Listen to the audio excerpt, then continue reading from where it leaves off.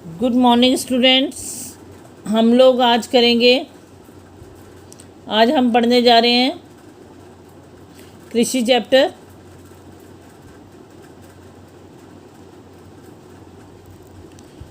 कृषि की दृष्टि से भारत एक महत्वपूर्ण देश है। इसकी 2/3 जनसंख्या जो है कृषि कार्यों में लगी हुई है। कृषि एक प्राथमिक क्रिया है जो हमारे लिए अधिकांश खाद्यान्न उत्पन्न करती है। खाने की सामग्री को उत्पन्न किया जाता है जिसके माध्यम से, और 2/3 जनसंख्या ऐसी है जो इस कृषि कार्य में लगी हुई है हमारे भारत की। खाद्यान्न तो ये उत्पन्न करती है, उसके साथ क्या है, उद्योगों के लिए कच्चा माल भी उपलब्ध कराती है। ठीक है, कच्चा माल उपलब्ध कराती है, और इसके अलावा चाय, कॉफ़ी, मसाले वगैरह भी इत्यादि का भी निर्यात किया जाता है। इसके बाद आता है कृषि के प्रकार। उन्होंने कहा कि प्राचीन समय से अगर हम देखें तो हमारे जो रीति रिवाज, प्रौद्योगिकी, भौतिकी, पर्यावरण और सामाजिक संस्कृति, रीति रिवाजों के माध्यम से क्या किया गया है कि कृषि के तरीक़ों को बदला गया है। बहुत से अलग अलग कृषि तंत्र अपनाए गए हैं, कभी कोई और कभी कोई। तो सबसे पहले में आता है हमारा पारंपरिक जीविका निर्वाह कृषि। इस प्रकार की कृषि जो है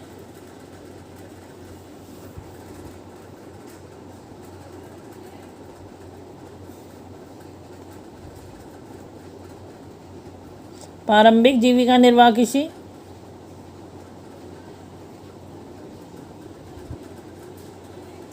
इस प्रकार की जो कृषि है वो क्या अब भारत के अभी भी कुछ भागों में की जाती है। और कैसे की जाती है, भूमि का छोटा सा टुकड़ा होते हैं और उस पर पुराने औजारों से, यानी जैसे लकड़ी के हल हो गए, डाव हो गया, उससे खुदाई वगैरह करने वाली छड़ी हो गई, उन सब के माध्यम से इस कृषि को किया जाता है। इसके लिए उन्हें बाहर से श्रमिक वगैरह कुछ नहीं रखने होते, अपने परिवार के लोगों की सहायता से ही, ठीक है, अपने परिवार के लोगों की सहायता से ही ये लोग उस कृषि को करते हैं।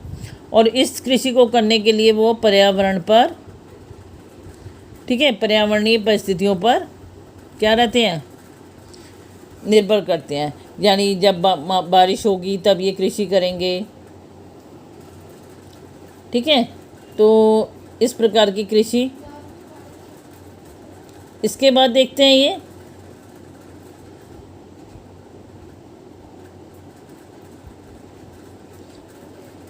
ये कर्तन दहन प्रणाली।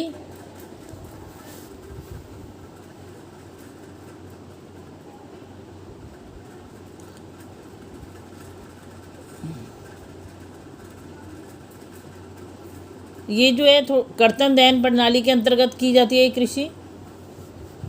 ठीक है, कर्तन दहन प्रणाली यानी क्या किया जाता है, इसमें ज़मीन के टुकड़े को साफ किया जाता है। ज़मीन के एक टुकड़े को साफ किया जाता है,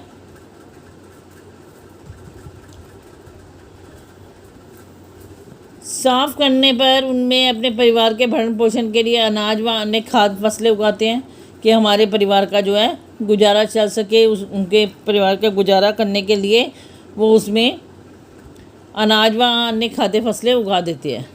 ठीक है, जब मृदा की उर्वरकता कम हो जाती है, ठीक है, जब उन्हें लगता है कि मृदा की उर्वरक शक्ति कम हो रही है, यानी मिट्टी की उपजाऊ शक्ति, ठीक है, उर्वरकता कम होने का मतलब उपजाऊ शक्ति कम हो रही है, तो उस भूमि के टुकड़े पर वो उस भूमि के टुकड़े से स्थानांतरित हो जाते हैं, यानी हट जाते हैं, उसको छोड़ देते हैं, और कृषि के लिए भूमि का दूसरा टुकड़ा साफ़ करते हैं। फिर वहाँ जाते हैं, वहाँ उस जगह को साफ़ करते हैं। ठीक है, इस प्रकार स्थानांतरण से प्राकृतिक प्रक्रियाओं द्वारा मिट्टी की उर्वरक शक्ति बढ़ जाती है। अब देखो, कर्तन मीन्स होता है जलाना, कर्तन मीन्स करते हैं दहन प्रणाली, दहन मीन्स होता है जलाना। तो वहाँ वो सफाई करते हैं और जो भी उस आता है कूड़ा कबाड़ा उसको वहाँ जला देते हैं, और उसी की राख में फिर वो बीज बो देते हैं। इस टाइप की प्रक्रिया अपनाते हैं वो।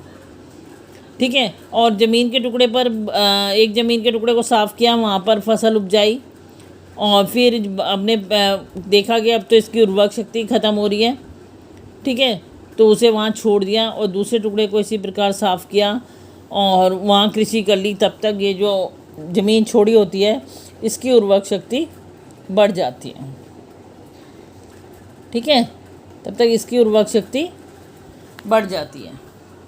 फिर क्या करते हैं देखिए,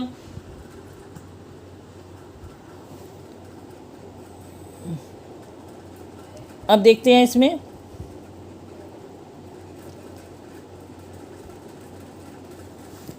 ठीक है, और उसकी उर्वरक शक्ति बढ़ जाती है।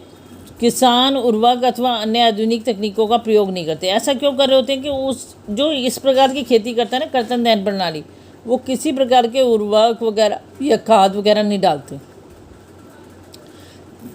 ठीक है, और इसलिए इस प्रकार की कृषि में उत्पादकता कम होती है। कोई खाद नहीं डाल रहे, कोई उर्वरक नहीं डाल रहे, थोड़ी सी फसल उपजाई, अपने घर का गुजारा किया और उसे जगह को छोड़ दिया, फिर दूसरी जगह गए, उसको साफ़ सफाई की और वहाँ पर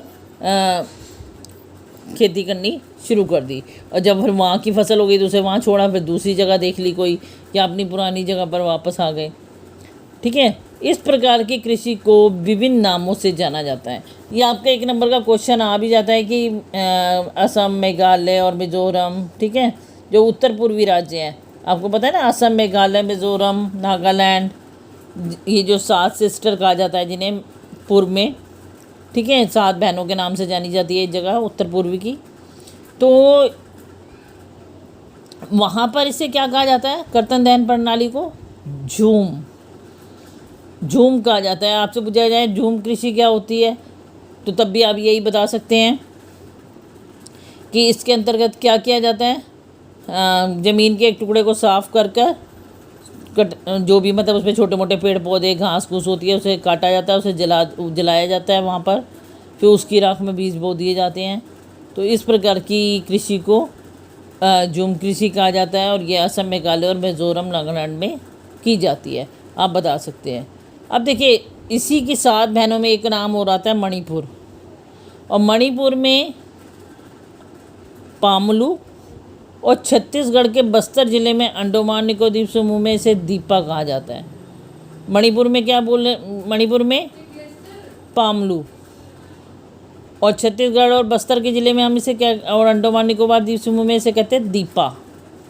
ये आपको कंटिन्यू याद होने चाहिए कि कहाँ पर इसे झूम कहा जाता है, कहाँ पर इसे पामलू कहा जाता है और कहाँ पर इसे दीपा कहा जाता है। MCQ में भी पूछा जा सकता है या 1 नंबर में वैसे भी आपसे ये पूछा जा सकता है। ये तो था हमारे भारत के अंदर उसे किस नामों से जाना जाता है। अब ये देखिए नीचे जो आपको ये थोड़ा सा दिखाया गया, झूम कर्तन दहन प्रणाली, मतलब वही झूम यानी कर्तन दहन प्रणाली, वही मतलब हो गया। कृषि को मैक्सिको और मध्य अमेरिका में, मतलब बाहर के देशों में बता रहे हैं अब, ये किस नाम से जाना जाता है। देखिए, मैक्सिको और अमेरिका में हम इसे कहते हैं मिल्पा, ठीक है। वेनेजुएला में कोनुको, ब्राज़ील में इसे कहा जाता है रोका, ठीक है।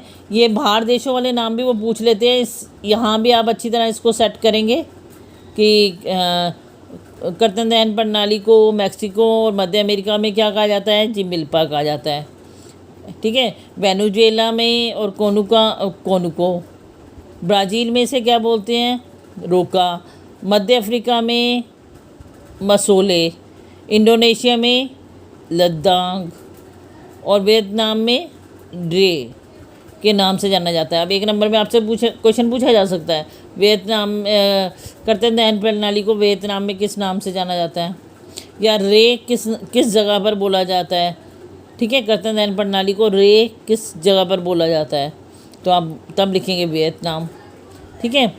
भारत में भी यह प्रारंभिक किस्म की खेती अनेक नामों से जानी जाती है, जैसे मध्य प्रदेश में इसे कह दिया बेबर या दहिया, आंध्र प्रदेश में पोंडू अथवा पेंडा, उड़ीसा में पामाडामी और या कोमान या बरोगा भी कहते हैं, पश्चिमी घाट में से कुमारी, दक्षिण पूर्वी राजस्थान में वालरे या वाल्टरे, और हिमाचल क्षेत्र में इसे खिल, झारखंड में इसे कहते हैं कुरवा और उत्तर पूर्वी प्रदेशों में झूम।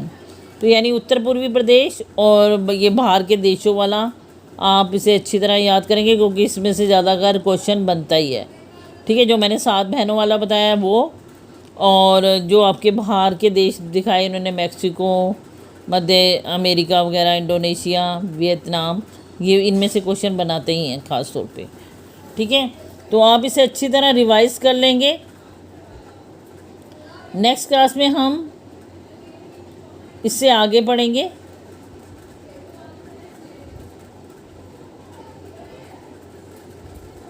गहन कृषि के बारे में पढ़ेंगे हम इससे आगे नेक्स्ट क्लास में, तो इसे अच्छी तरह रीड कर लेंगे। आज के लिए बस इतना ही। थैंक्स।